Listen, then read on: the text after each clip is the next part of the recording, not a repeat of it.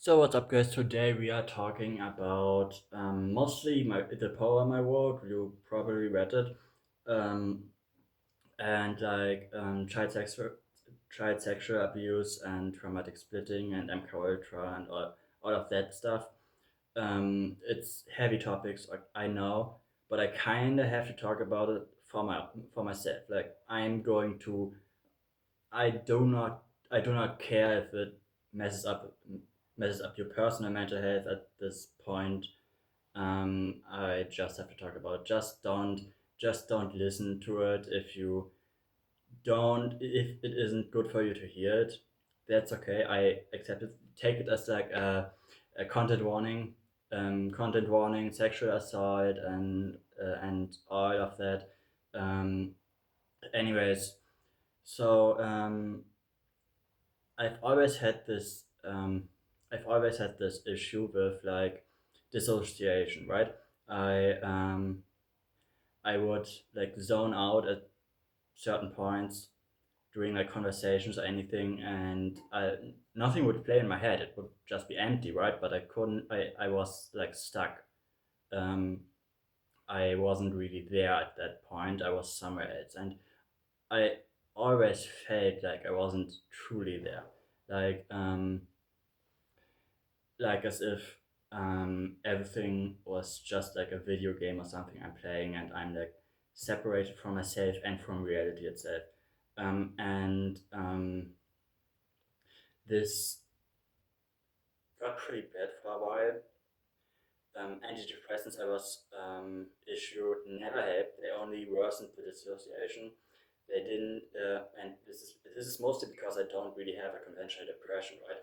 People always diagnose that as the first thing, but antidepressants are like the worst medication on this planet. Like no other medication would be even legal if like the chance that it works is like 30%, and like in other 50% it makes the situation worse or causes like suicidal thoughts or something.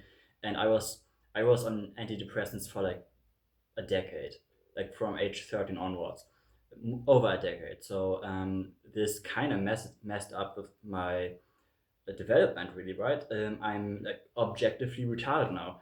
I mean, I'm not retarded in the sense that I have like a low IQ or I'm stupid or something, but like my functional intelligence is very low. I can barely take care of myself. Um, I uh, I do have my own apartment and all of that. I cleaned myself. I take care of two cats. You have seen them, but this takes a lot of effort. It shouldn't really, right? It shouldn't. Adults should do this stuff daily, but I can't. I'm a retard. Okay, I actually like and this is partially also because of my parents, because my parents were kind of emotionally neglectful. Obviously, because they didn't choose it, right? That the demon that my mom contacted, because like all teenage girls do like occult stuff. They play with tarot cards, and they um, play with Ouija boards, and they do not take it seriously. They don't know what they're doing, and so many people are possessed.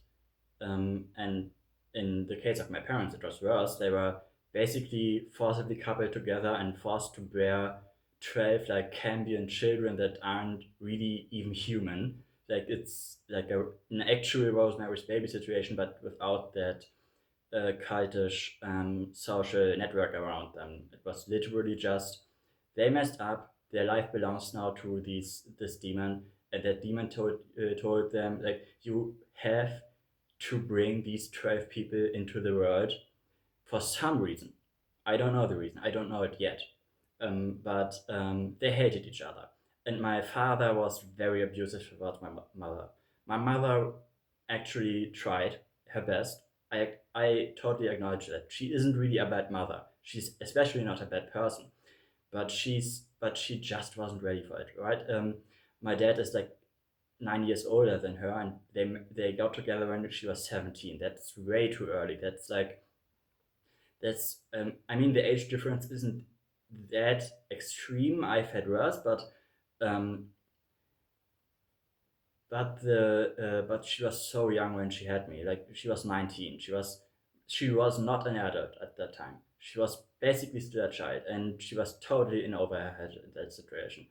And I completely empathize with that. And I know how much it broke her, how much she retreated behind a mask, and to the point where we can't now usually talk to her because she's still hidden behind that mask. The real mother we have, I've never talked to her, never. She always played a role, and she had to because my father was like an objectively a tyrant, and and he was never emotionally there for us. He never really had any sense of protecting us. My mother also didn't, but again, it was the mask. Um, so she felt like she had to project like a sense of stability and as if nothing bothers her. And this outwardly looks like a psychopath, right? Outwardly, to people who know her, she looks like a psychopath, like a robot. She doesn't really have any genuine emotions. She does, she just can't show them. Um, and she does love us. She loves her children, and she's in that sense a very good mother. But she never really was able, because of this protective process she developed to protect herself from my father. She totally hid that, and she has never gotten out of it. And she likely never will because she keeps repeating this pattern. Um, her, she divorced my father, and she got together with another man that's exactly like him. And that's common, right? And he's even worse in the way he bullies us, basically. Like my father, he did it in a weird psychological way where he implanted a lot of social anxieties and fears about the future, and he showed my brother pictures of like dead scalp people from like or like pictures of like Romans impaling babies on spears when he was like 5 or something. And he now has paranoid schizophrenia. He really suffers from that. And we try our best to help him. He will likely never get healthy again. He will never defeat that illness because that stuff doesn't get cured. It stays with you for your whole life. You just have to learn to deal with it and how to learn to process it. And maybe Christianity helps a bit with that because, like, I told him, like, something which is true, by the way. I have tested it myself. I don't just believe in it. I know it. Um, and like hallucinations aren't really hallucinations, they are real. They are demons talking to you, and those are demons that are trying to scare you and drive you to do stupid stuff, right? And I've told him, just keep the name of Jesus Christ in your heart, because if Jesus Christ is with you, his name is the most powerful magic spell of all. Because like Jesus Christ is the living human incarnation of God, the Creator God, not the Jewish God, not some sort of pagan warlord deity that demands sacrifice. No, the Creator of everything that exists. Right? Jesus Christ is the direct personal incarnation of the source of everything, and this is why his name is the most powerful spell in all of reality, and his name is an incredibly powerful protective spell, like an invincible armor, like as if all of reality is combining to protect you. Take this seriously. You don't have to be a Christian. You should be a Christian, not necessarily part of any church. I'm not part of any church myself, but just test for yourself. It works. Okay, if you think you're getting abducted by aliens, or if you have like um, sleep paralysis or something, or if you are schizophrenic with hallucinations that scare you, keep the name of Jesus Christ in your heart, and those things won't go away necessarily, but they can't harm you. They can't do shit to you. Okay, you're invincible that way. And it works. it works. I can confirm it. I've tested it myself. My brother has tested this. He's a Christian now for this reason, because it worked for him too. Trust me in that regard, because it really works. Okay. Anyways, the thing is, yeah, it's kind of been a shitty situation, and the I've been hospitalized for a while now. You might have noticed this armband that's from the hospital. I've kept it for like quite a while. I've been hospitalized for a month now, and they diagnosed like ADHD for me, which I was surprised about. But my other brother, the more successful, functional one, the one that actually has his shit together and isn't financially reliant on my mother or anything, he's like actually successful. I'm very proud of him. Um, anyways, where was I? He has ADHD too. He had to fight a lot more to get it diagnosed, but because that hospital where he got it diagnosed, that's where I am now, and they know him already, so they know me, so they know, okay, it's obviously genetic. So I had it a lot easier. So thanks for that. I'm not gonna say the name of my brother, privacy reasons, okay? But like, you know when I'm talking to you. Thank you so much for that. Like, you helped me so much. And anyways, this I got this red medication for it, and it did shit for me that I didn't really expect. Like, it didn't just help me with the ADHD, because like ADHD, you have like 50 different thoughts going on all at the same time. They're all your thoughts, but they are all simultaneous, right? So they all got squished together to one coherent stream of consciousness. And this actually not just helped me focus and concentrate and minimize the dissociation, it also revealed something about me. It helped me map something out inside my brain, a part of my mind that I never really fully understood. And there's the mask territory again, because like it's been basically common knowledge within my family and with doctors and such, that I'm like a repeated victim of sexual assault. Like from 7 onwards, it happened more times than you'd expect, and a lot of times it was my own fault in a sort of self-harm way, where I last March I was visiting an acquaintance, older man, 50 or something. He was handing me like drink after drink of wine. So he himself didn't drink any alcohol. He had his glass of water. He deliberately got me drunk, and then you can imagine what happened next, right? I guess, and like he didn't even do it to overpower me. Like, I am not very physically fit, and this guy could like lift me up, like in his arms without effort. He could have overpowered me anyways, but maybe it was to make me more compliant, so it didn't look as much as rape. So I don't know. Maybe it's that. So that's why that's why I'm in the hospital right now. Actually, not right now. I'm like during weekends. I'm spending one day at home always. That's part of the therapy, so to basically not lose the connection to reality in a way. And where that so this medication made everything more coherent, and I started.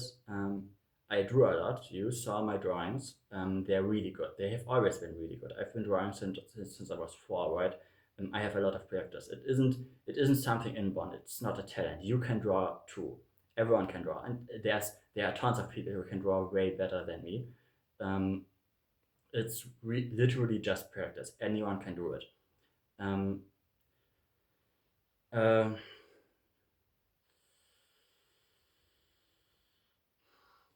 so so I wrote this poem, kind of like sort of stream of consciousness thing. There's no coherent rhyming or anything. There's no structure. It's just one vivid stream of consciousness, like in a nightmarish way. It's everything is highly symbolic, and scenes flow into each other like dream logic.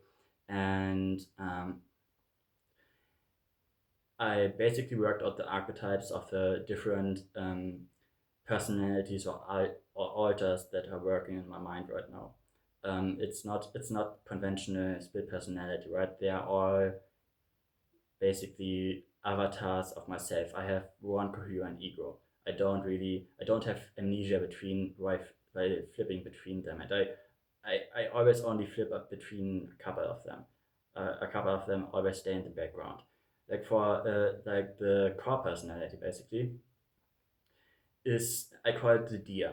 Um, and I've in the poem, for example, I've always described it, the deer as always being devoured by wolves and a rotting corpse and still alive somehow, and it's always stuck in this trauma loop. It's always stuck in that moment when I was 7 years old and these two strangers were luring me into the bathroom and like doing things to me, and they threatened me to cut my fingers off if I resisted. And my parents were outside, and when they were done, I don't remember what exactly they did to me. I can imagine it kinda, but only the deer really knows. I personally, the eye doesn't really remember it. Um, and when I went out and tried to tell someone, tell an adult what happened, I had no words for it because I was 7 years old. Okay, I didn't know what any of this was. I didn't know what sexual assault is. I had no word for it. So I stumbled over my words and couldn't get anything out. And that one adult I was trying to tell, she just told me to shut up and leave her alone. So I shut up. I shut up for 9 years.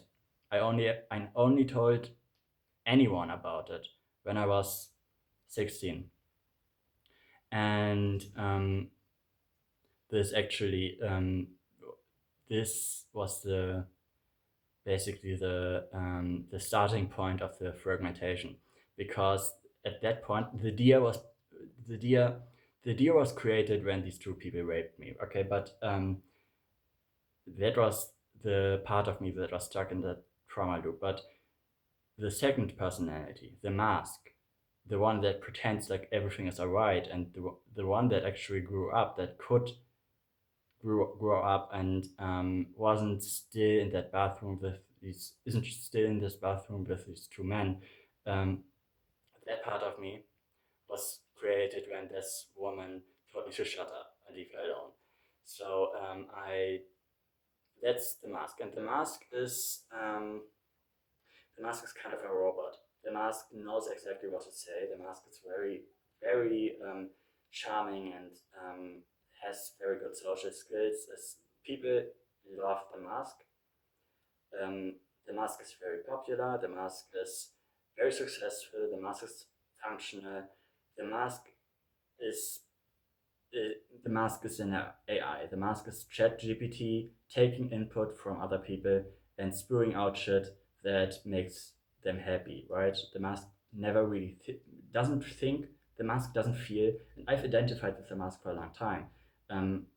My eye has thought it's part of the mask, and this was also the cause of the dissociation, because the mask isn't sentient, right? The mask has no capability for emotion. The mask doesn't understand its own emotions because it doesn't have them. The deer has the emotions. So I never really, when someone asked me how I feel, I couldn't answer. I didn't know an answer. I didn't know how I feel. I knew something is wrong, but I didn't know what. And yeah, intellectually, I knew I was raped. I was sexually assaulted as a child. That wasn't really a secret, neither to me nor to anyone who knows me.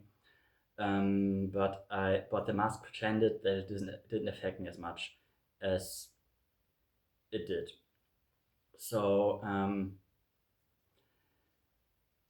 the mask is that part of me that lies. The mask is a part of me that functions, that presents an outward appearance of someone who is functional and holds himself with dignity and hasn't let the trauma get to him.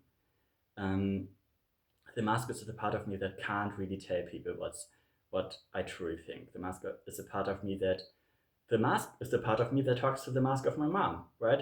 Um, Again, neither of us had ever had a sincere, honest conversation with each other.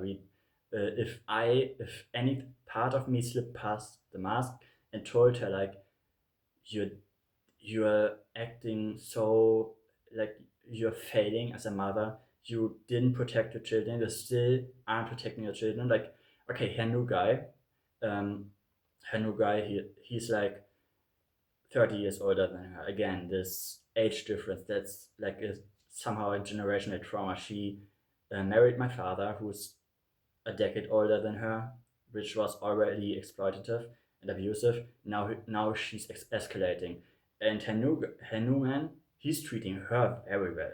He's very kind to her, but like he does shit which I have incredible feelings of guilt that I haven't snitched to the police about them, because like he personally threatened me.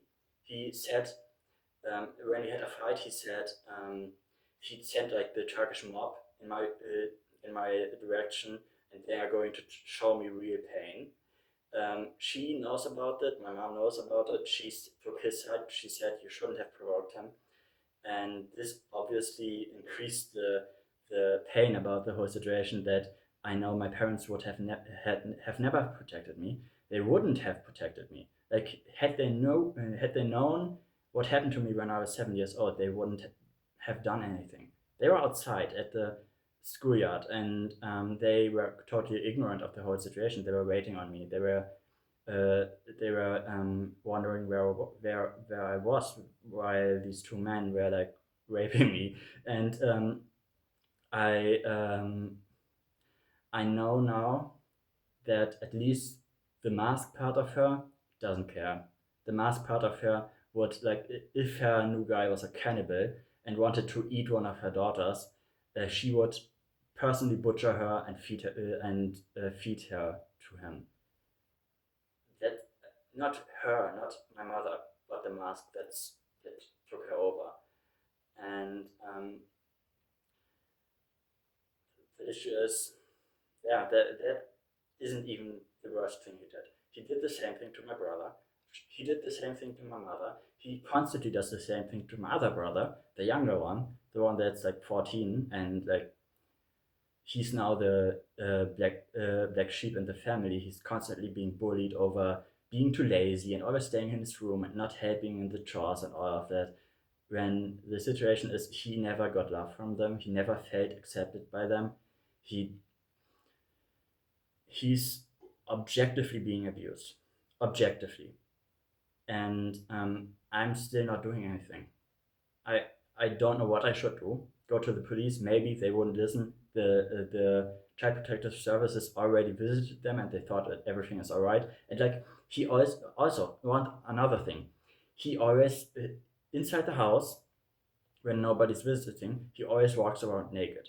And my siblings, some of them, like the youngest is 7. They are small children, and they always have to see old man cock. It's disgusting. It's like pedophilic. It's and he or everywhere in the house he hung like pictures of naked women which he likes, and my mom defends that too. Like he's objectively a child molester. He's molesting my siblings, and my mother does nothing. And again, she wouldn't have done anything if she had known in that situation what happened to me. Now I know that she and that wasn't the only thing, right? Here, there we're coming to the third personality, the one that evolved later, the one that internalized the threat of like okay, and the situation, the rape when I was 7, I was put before a choice, right? Um, if I didn't obey them, if I wasn't a hole for them, they would have cut my fingers off, right? And that part, I had a choice. I made a choice, and that pragmatic choice was I preferred keeping my fingers over keeping my virginity, and that was the birth of the third personality, which right? Symbolically, I call it the whole or the product. The part of me that completely internalized this double bind choice and decided that rape, that being a victim of rape, is the lesser evil. This turned into some sort of self harm behavior, some sort of programming, which made me kind of always get in these dangerous situations, always talk to like strange old men that wanted to do something to me. And I knew exactly what I was doing. And I gave them my address, or I went to their home or their apartment, or got in the car. And over again, um, most of the encounters were consensual. Most of them were consensual. Um, it wasn't healthy in any way. Like, you can think about homosexuality whatever you want, but there are healthier ways of being gay. Okay, um, much healthier ways. If your boyfriend is like your age and respects you as a person instead of like a sex object, something that's small and young and vulnerable and doesn't resist. And and most of it was consensual, not everything. The situation with the old man, or when I was 18, some another older man, taller, fat. He wouldn't leave unless he got what he wanted, and I still kind of remember that. And I told my parents afterwards, directly afterwards, after it happened, and they just told me like, it happened now, get over it.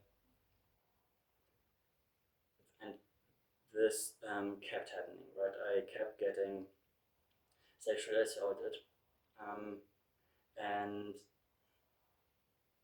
every time my parents learned about it, and they told me that that's just life.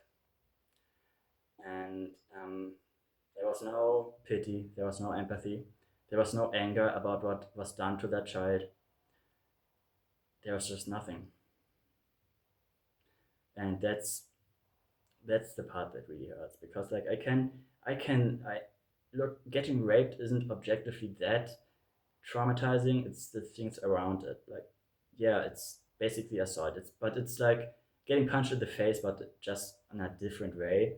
Like, if you have a support network around you that can help you recover, and that acknowledges the severity of the situation, you can get over it much quicker. I never got over it. That third personality went crazy, and the third personality, the whole, that's a fucking slut. It's such a fucking faggot. Uh, that personality has like a vastly over 2 digits body count. It That personality prefers unprotected sex with like people twice my age, and that personality is the reason why there's like naked pictures of me when I was 17 online in some Discord servers. That personality is the reason why there's videos of my assault, of several of them, and I fucking hate that bitch. I fucking hate that bitch. Um, and it's a part of me, right? It's the part of me that pragmatically made that choice once and never stopped making that choice, even though the threat of me getting my fingers cut off never really happened again. And that's the part of me that always thinks it has to conform to this scheme, right? The part of, okay, the people that raped me when I was 7, they obviously were pedophiles, they obviously were child molesters. So that personality learned what these people want. So to save like my bodily integrity, to save my fingers, basically, that part of me realized, okay, the safest thing to be is to be a victim of rape, to be constantly pursued and abused and molested, and that part of me knew what they want. They want, like, ideally they want a child, they want a young boy, they want someone who's like very timid and submissive and obeys and doesn't complain, it doesn't cry. And that part of me is really scared of growing up, right? I am an adult. I am 25. I'm not even a young adult anymore. I'm like a big guy. I'm a grown-ass man, objectively, right? But that part of me, that personality, doesn't want to be that. That part of me recognizes that what they want is youth, and when I lose that, I'm no longer uh, no longer uh, um, a desirable victim. And when I'm no longer a desirable victim, there's only one thing left, right? Then my fingers get cut off. So when I see I'm growing up, I'm very tall, at least for like regular standards. Like I'm 5'11". I'm not tall. I'm like my height starts with a 5, so technically I'm a manlet, but I'm not I'm not child size, right? I'm I'm still recognizably an adult. I don't look underage anymore. I still sometimes, very rarely, I get carded for like alcohol or something. Very rarely, and that's partially because they barely ever ask for ID anyways. I once saw like a visibly 13-year-old girl buy 4 bottles of Bacardi and they didn't ask for an ID. That made me really mad. But like, what, you can't really make a scene in that situation, right? That's the mask talking. Um, so I notice I'm developing like nasolabial folds. I don't know. I do not like my skin changes. I have a visible permanent 5 o'clock shadow. And by now, that's also relatively new. That only really appeared in the last few years, right? I For a long time, even in my mid 20s, I could have passed for like a 17-year-old, and I still apparently sometimes do. Some people might have confused me with one of my brothers, but generally I'm recognizably an adult, right? So I still have this whole twink fanboy personality and look and appearance, but I'm no longer like the ideal victim for these people. I'm the next best thing, and I and some and at some point in the near future I will no longer be in the next best thing, and then my fingers get cut off, right?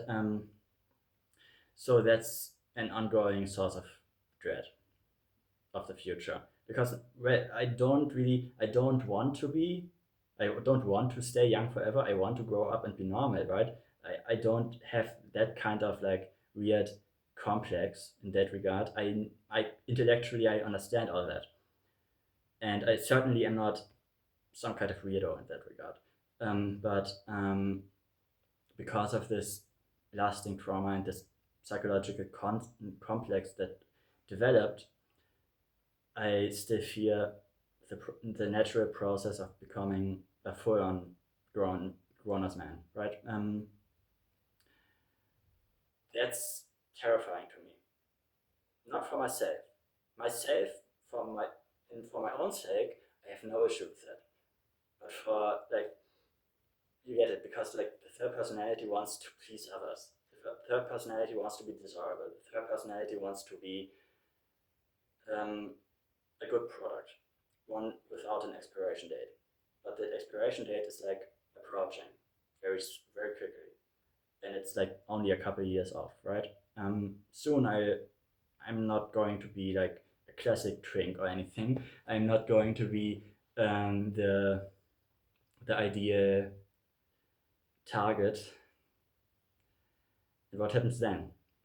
Well, you can guess. The third personality knows. Um, that's that's the part of me that I really hate, right? I mean, I guess the deer is just a hurt child. The deer never stopped being 7. The deer is still locked with his 2 men, and it's repeating again and again. And the deer is my real self. That's my core personality. That's the part that was traumatized and shoved back and dissociated again, away from so clearly that I barely even remember it. But that's the real me. The mask is just a fucking robot. It's just a robot that's pleasing others and functioning. And the third personality is this alternative third split personality that fulfills the programming. Then I have a fourth personality. This is something a therapist had realized for me. That's I like drawing minotaurs, right? And this isn't just like a specific kink or anything, but it's actually like psychologically meaningful to me because minotaurs, they in mythology they stand for something completely different. In mythology, they are violent predators, symbols of state power, symbols of human sacrifice. They destroy innocence, but not to me. I see them as what are minotaurs? They are half man, half boy, right? And what are boys? They are they are herbivores. They eat grass. They do not hunt other animals. They just want to be left alone.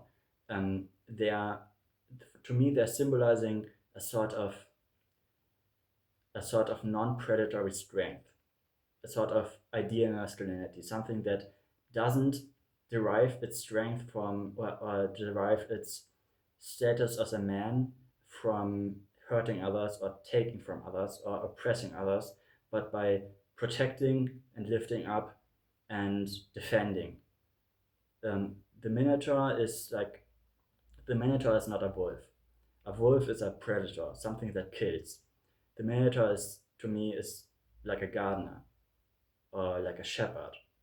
The Minotaur is like to me in a way, it's in a way the father I wish I had. I wish I had any parents, but that's like the wish. That's like the ideal.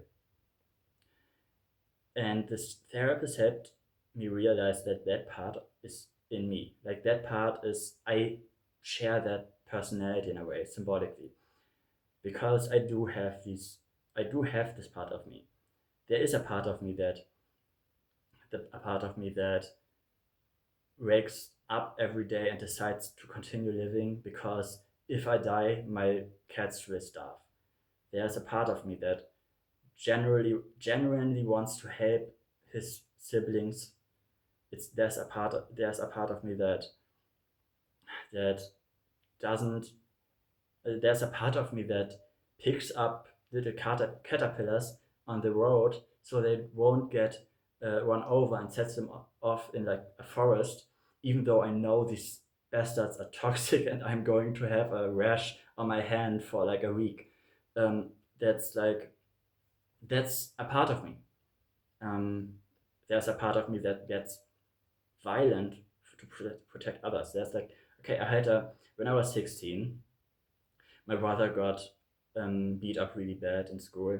He was beaten so badly he had to be sent to the hospital. And when I was there, I was so incredibly angry. I just wanted to kill this bastard that did that to my brother. And we started finding out who it was. He described him. And then when I was walking outside with my brother, I he hinted at me, we saw some guy, and he hinted at me that that might have been him. At least I thought he hinted that. And I continued with him. Then I told him to stay. I got a beer bottle, broke it, and went back and stabbed it in this guy's face. And I got him really bad, and like that was really nasty. It was like really bloody, and I don't know if I should even talk about it because like it happened when I was a minor, so the records weren't kept. But like I got in really legal trouble because of that because that's like violent assault with a deadly weapon. So I got put before a judge and I got like 25 hours of community service, which is really not that much for a crime this bad. And this was already kind of fucked up. But the thing that really broke me at that moment is because during the whole time I thought that was actually the guy that did that to my brother, right? I thought totally justified in this situation. Then I learned that it was a fucking misunderstanding. This guy just looked like him.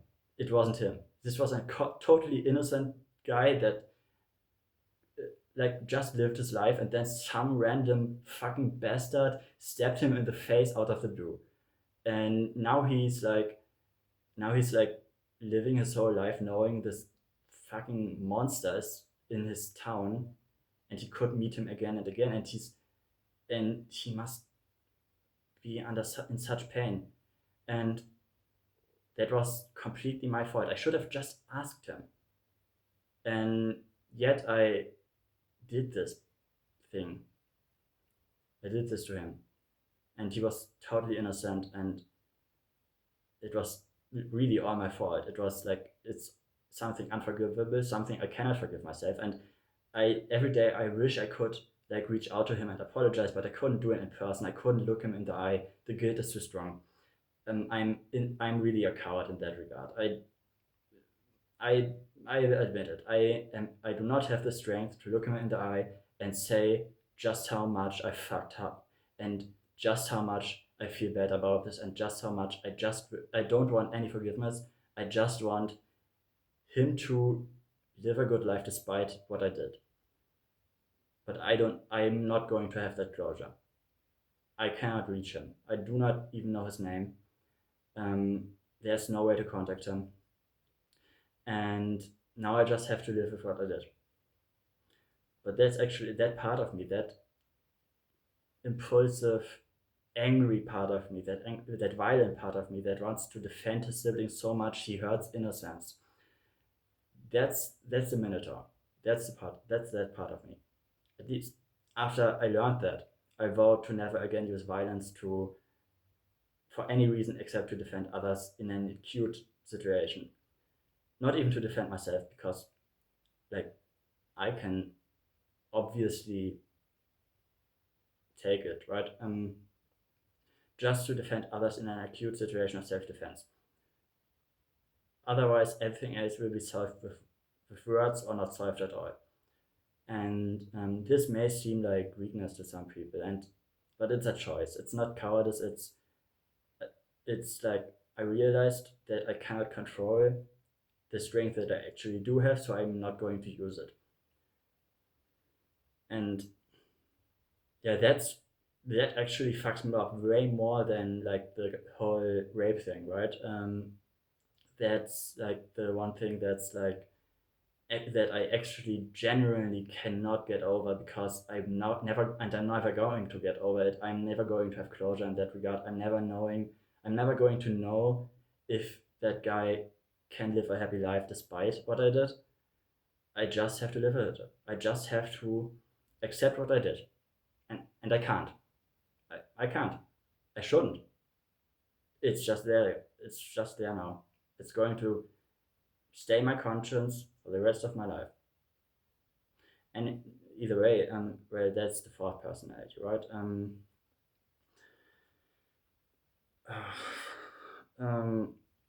I'm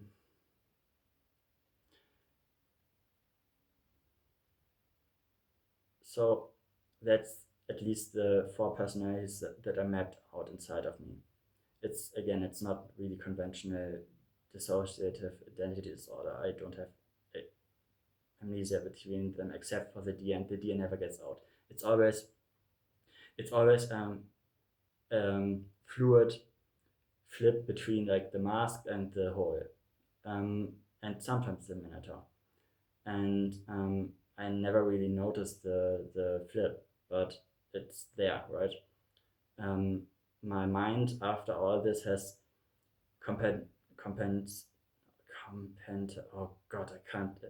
It has divided aspects of my character into different personalities that flip between each other, um, depending on situation. And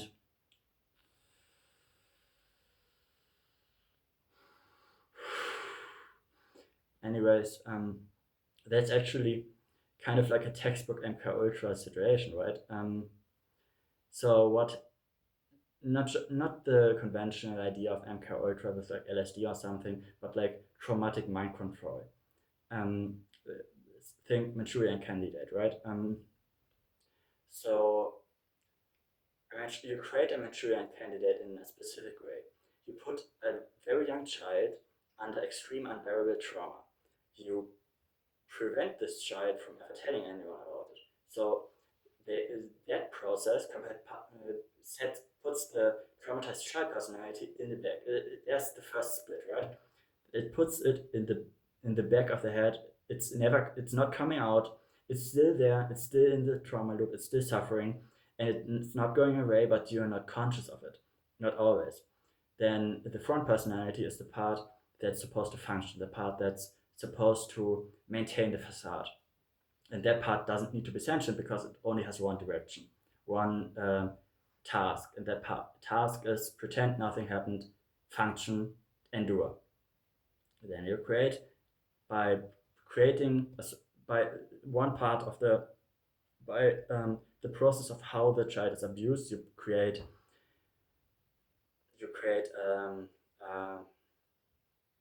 a third personality. In my case, it's the whole, right? It's the part of the personality that has been programmed for a specific task. And in like, you may have known these terms, like this is like beta sex kitten programming, right? This is like the way you create a sex slave and keep it inside the conventional normal world. You don't have to hide them away. They can have just an apartment somewhere and live a normal life otherwise, but sometimes they flip, and then through specific triggers, and then they're going to obey you. Then they're going to do exactly what you want to do. So that's like the MK Ultra programming, right? And usually the state of dissociation is so strong that the victim doesn't understand that it has been brainwashed. It doesn't understand that it has multiple modes of personality that can flip between each other based on external impulses. And so that person can even be in therapy, but they don't know what happened, how they have been broken, so nobody can help them. So the abuse goes on. And this was the case with me, right? Therapists basically never were able to help me because I was so dissociated that therapy didn't help me. I couldn't understand my own emotions, and much less I could convey my own emotions. And they didn't know what was going on, so they just thought, oh, that person is totally exhausted, that person has a lowered constant mood, and that person doesn't really function. They must have depression, right? But the antidepressants only increase the dissociation. They only increase the symptoms. They only increase the suffering. They only decreased my quality of life. So they didn't help, and everybody was confused, right? Why didn't this person like react to the medication? Why doesn't it help? And modern therapy completely relies on medication, right? So in that regard, I'm really lucky that I actually have ADHD, because that way I got the exact right medication to break this dissociative state and become aware of these split personalities. So, and now I'm able to actually talk about my emotions. A video like this wouldn't have been possible before. I wouldn't even be aware of any of this, and I much less could tell you about it. And like in that regard, I'm really so lucky. I'm really so incredibly lucky that by pure chance I got the right stuff. Now I can start working on my problems, right? Me and my therapist, he has read the poem, and he knows the situation, he knows about the different alters, he knows about the whole traumatic system that has developed in my brain. And we decided that we are going to start dissolving each of these trauma-based personalities one by one. And the mask is the most difficult one, because that's a part of me that functions, right? If the mask slips, then then only the whole and the deer remains. And the deer is like a catatonic, traumatized child that's 7 mentally and doesn't function in the slightest. So the only other actually grown up adult mature personality is the whole, and the whole is a slut, and the whole is going to give me an STD if I don't stop. So we are going to address this one first, and that's still almost impossible, right? Because how do you convince the whole that it doesn't need to be a whole to survive? That it doesn't, that it isn't getting its fingers cut off if it stops being a whole. So that's really difficult. But I think if we manage to solve this specific psychological the complex and can convince the whole that I have self worth and that I am safe even when I stop being a giga whore, then this personality dissolves because its purpose is gone, and that's step one, right? I don't know if we need to dissolve the Minotaur because that's generally a very positive one. That's just like the protector archetype in any DID system. Um, just that it's also external. It also lives for other people. It can't really protect the deer, so it protects everyone around it. Um, I don't really want to dissolve that one. That one is very helpful. That one actually can help my family and my siblings and my cats and my friends. Um, but the next step, in my opinion, would probably be dissolving the mask, and that's difficult because we can't really just dissolve the mask. We have to merge the knowledge and the functionality and maturity of the mask with the deer. So we somehow have to make the deer an adult, even though we haven't gotten it out of the bathroom yet.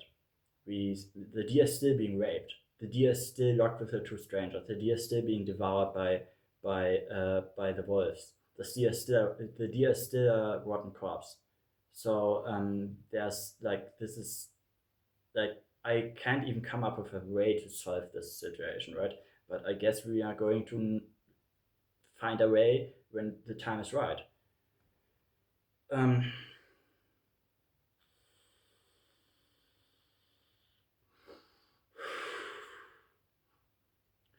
Either way, yeah, this you didn't expect this, right? You didn't expect that your this YouTuber, this weird kinda esoteric, kinda chatty but not quite YouTuber that that you heard talking and who's kind of like obviously autistic and has some weird personality quirks and all of that. That this person is like straight up a split personality schizo, and I didn't know about this either, and it's not really conventional in that regard because like it's not the alter system is it's not really split egos, it's not split personalities in the conventional sense. It's all just roles. It's programming that my self flips to depending on the situation, right?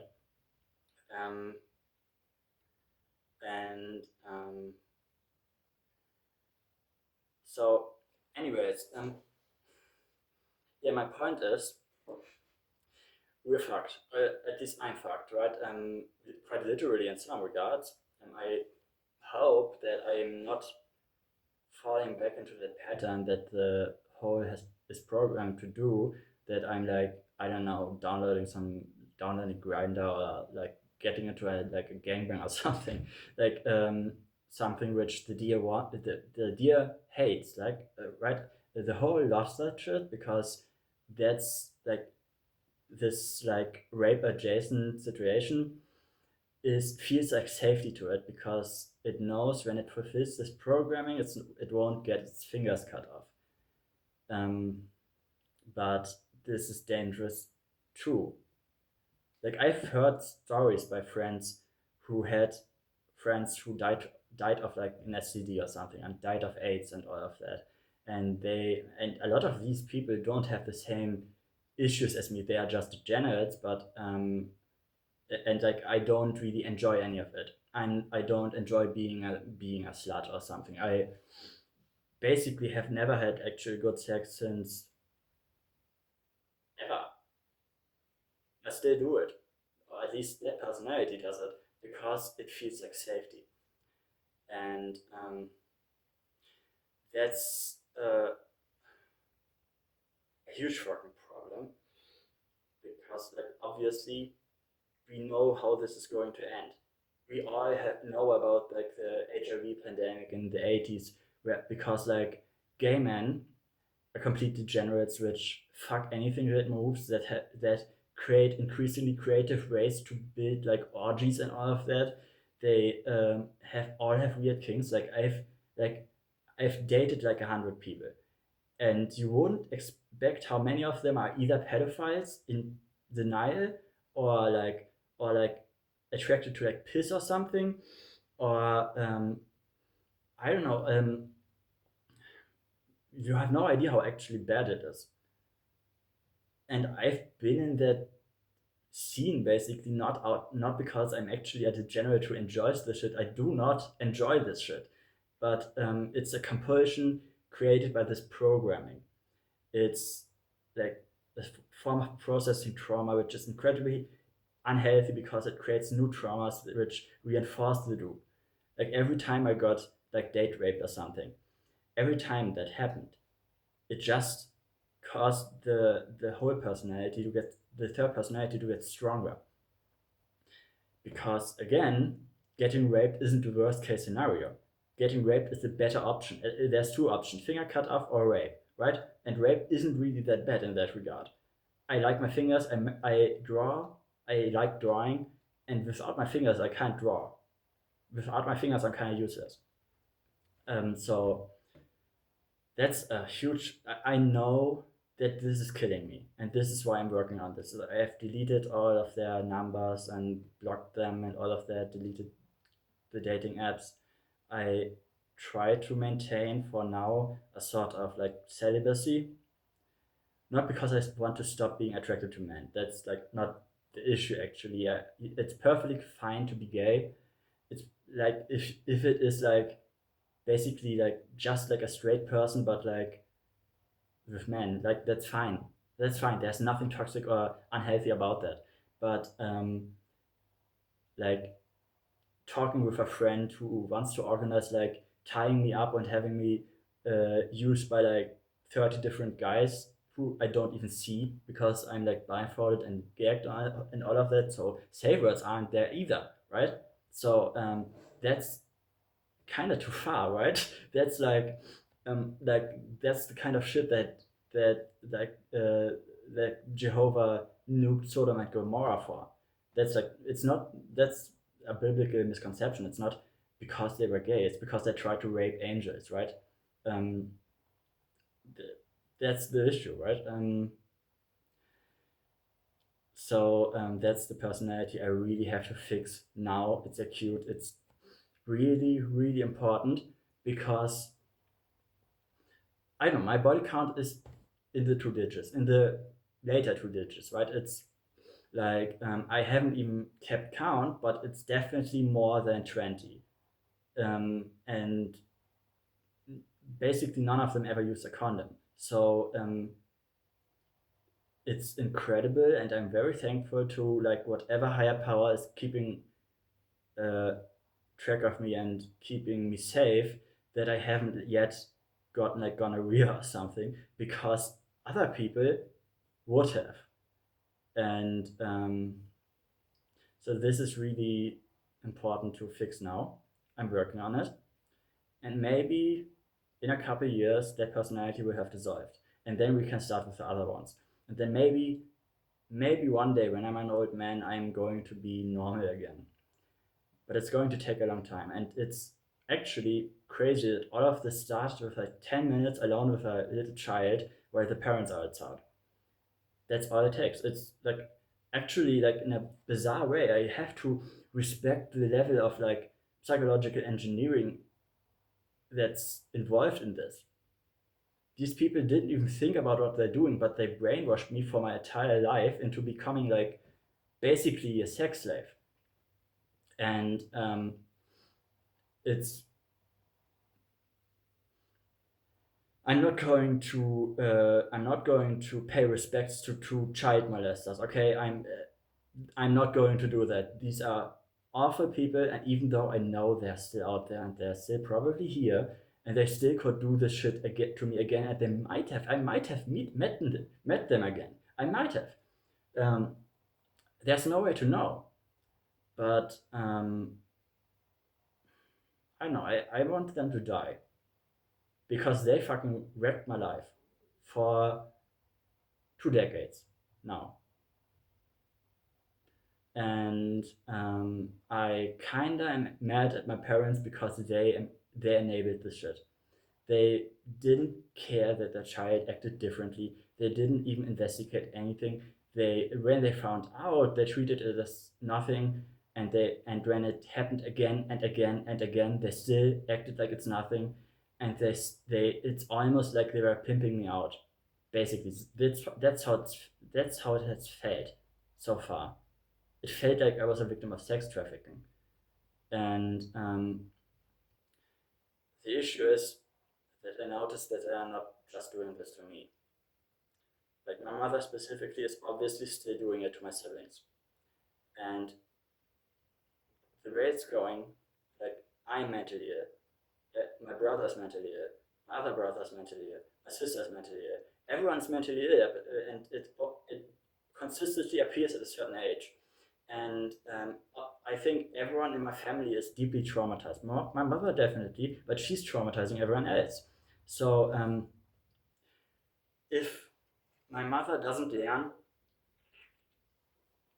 to drop the mask, to become a person again, to care about her children, to look how they're doing, to protect them from predators, including the predators she's marrying and bringing into her house and keeping into her house, then eventually she's going to start burying us. That's just how it is. That's what it's going to be. Because I don't know. I have survived a couple of suicide attempts which I shouldn't have survived. I stood in front of a train trying to run over. The train was already approaching. It was already in visible range, and it stopped. This is impossible. They can't stop that quickly. When they see you, it's over. Usually, that thing stopped. That was objectively a miracle because this is physically impossible. Another time I tried. I um, I I ate a pack of like sleeping pills, cut open my arm, lost a lot of blood, at least a liter. The sink was full. When I went to sleep, my bed was full. Next morning, I woke up. The wound was closed. Somehow, I was still alive. I went. I I walked across the town, 2 hour walk to my sister. Told her, "Hey, I did something really bad, and I think I need medical attention." And that was probably very traumatizing for her too. But she's the only person in like no, she's not the only person I trust. I trust all my siblings, but like she's the one who's like most successful. She's the one who's most adult. She's like the only person in my family who actually resembles her mother, and I'm not trying to parentify her. Not in any way. I don't see her like that. She's my little sister, okay? She's like 22 or something. She's my little sister, and I do not see her as anything else. But in that moment, I didn't know who to go to. I didn't. I was surprised that I'm still alive. I usually that doesn't. I'm really difficult to kill. Okay. I walked across the town with like half as much blood as I should have, and like a pack of sleeping pills in my system, and maybe it was the way that like the bloodletting caused the sleeping pills to get out, and like I didn't fall asleep that way, and that was what saved me. But I needed someone to talk to, and she was the one I trusted most in that regard. And this was traumatizing for her. Obviously, you don't want to see your brother in that state. Obviously, but I didn't know who else to talk to, and I thought she was the one who most likely knew what to do. She's the one I actually look up to in a way. She's my little sister, but I look up to her. She's way more successful than me. She's generally genuinely incredibly intelligent, incredibly capable, incredibly talented. She's a great what's the word? She's a great what she does like clothing and all of that. Like tailor. She's a great tailor.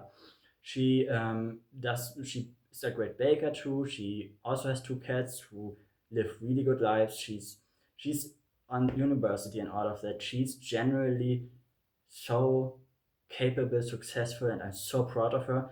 And this is why went to her, because like I just knew she knew what to do. She knows what to do. She always does. She's the smartest of us. She's the most capable of us. She's the best of us in a way. And so I went to her, and then I spent like a couple of weeks in the hospital. I stitched it, and again, I 2 times I survived something which most people do not survive. Something is keeping my life. Something is not allowing me to die, but I do not know when this protection will end. And someday, maybe, when I'm that desperate again, I just might succeed. I just might succeed. And I'm not going to be the last of us to succeed then. That's what I'm afraid of. Because my mother has hidden behind a mask so deeply that not only have we never known her real self, but her mask is slowly killing each of us with the way she neglects us, in the way she brings abusers into the home, in the way she enables abuse, in the way she enables the continuity of that abuse. She's killing us. That's the deal. That's what's happening. She's killing us, and I might be the first they have to bury, but I won't be the last. So I'm really sorry that this is such a dark topic, and this might have been the worst fucking video you've watched in a week. And I don't know. I'm sorry. Okay, I'm sorry. I just had to talk about this. You didn't have to watch this. I I mean, yeah. Anyways, I might be going back to the hospital soon. So again, because I'm like hospitalized at the moment, I can't do many videos right now. Maybe once a week, maybe. Just stick with me here. This has been hard for me too. Okay, I don't usually talk this frankly about my emotions. I usually hide it behind like irony or something. This time I just couldn't like bring any tasteless jokes into it. I didn't even make this political. Usually my videos are always like kind of political, kind of chatty, kind of like extremist coded, right? This isn't really about politics at all. This is like a deeply personal thing, a situation, and like again, I don't know what to do about the situation. I'm safe. Okay, I'm safe. Nothing is going to happen to me except if I'm hurting myself again in some way, either to a suicide attempt or like by meeting such people. And I hope I won't do any of this. I'm working on not doing any of this, but I can't guarantee anything. But like in the familiar regard, I'm safe. My siblings aren't. They are still with that disgusting pedophile and my disgusting mother who allows him to stay there and who allows him to like put porn posters all over the house where like my 7-year-old sister sees it and he's walking around naked and police doesn't do anything, CPS doesn't do anything, and the only solution I know is either God steps in and kills this motherfucker or I kill this motherfucker. And then I'm going to spend the rest of my life in prison, right? And I can't go to prison. Look at me. I'm going to be fucking so. I'm so going to be fucked in that situation, literally. Um, but I don't know anymore. I might have to do it. Nobody's helping me. Nobody's helping my siblings. I am consistently failing every day. I'm not doing anything. Every day I'm not sticking my knife in this bastard's throat. Every day I feel guilty for everything he's doing and what he's going to do. And I just I I'm I don't know any I don't know any solution because my mother isn't doing anything either. She's making it worse. She's enabling it. She made this possible, this situation. She married a child molester, or she's is going to marry a child molester, and she has eight little children in her house. And if the government isn't doing anything, if CPS isn't doing anything, if therapists aren't doing anything, I'm going to have to do something. And I don't want to do that. But I might have to. I don't know. I don't know what to do. I'm going to I'm the social situation is just so messed up, and I can't deny that the possibility exists. Okay, I I know the general etiquette online is to not say you intend to do commit a crime, right? I do not intend to commit a crime. I do not intend to commit a crime.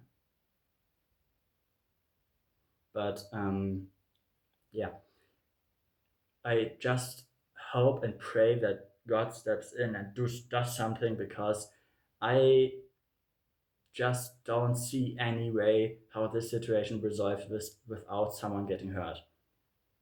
This is basically a cry for help, okay? This is basically a cry for help. Someone do something. Someone save my siblings before I have to do it.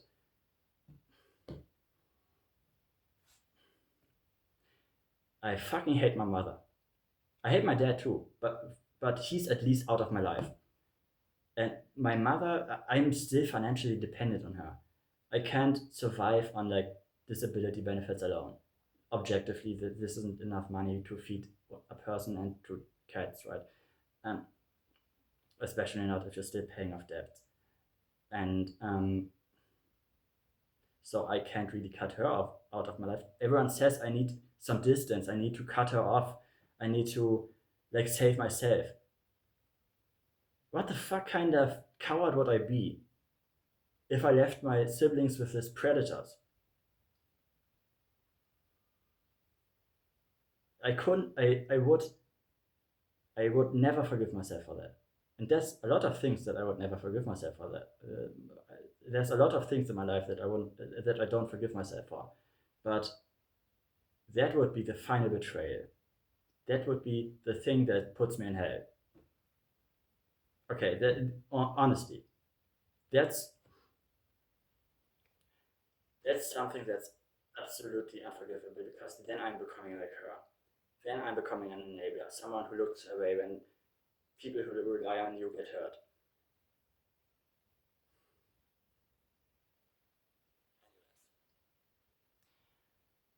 Try to have a good day. And I'm trying to survive. I just hope my siblings are trying to survive. This whole situation is fucked, and it's not never going, and it's not going to get better unless people die, unless some two specific people, at least one person, specific person dies, and one person wakes the fuck up. That's the only way this is going to end well. Because like if he's an old man, he's going to die very soon. But what happens then? My mother is going to get another one like that. Because she's just like that. She's a dumb fucking whore who doesn't care about her children. And who just wants to get fucked by old man Dick and and puts her own children in danger because of this. And I'm like that. I want to get fucked by old man Dick. At least my third personality. I get that. I probably have that from her. But I at least do not. I at least keep that side of me separate from that side that interacts with my siblings, that interacts with other people in general, right? But she's just such a disgusting person, such a disgusting person, and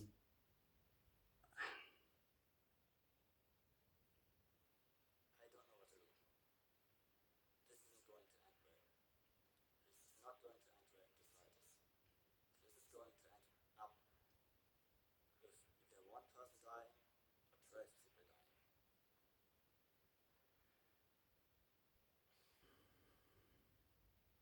yeah, this video is a call for help. Basically, it is a call for help. Objectively, like the therapist can't really help me with that. I I don't know what to do. I just hope the apocalypse is coming soon, so that all of this disgusting, perverted monstrosities get burnt down from this planet. And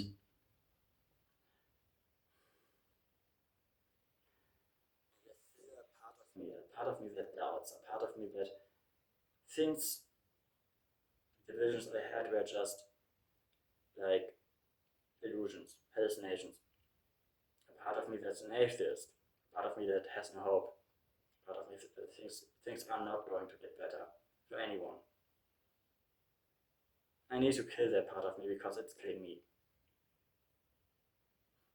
Goodbye.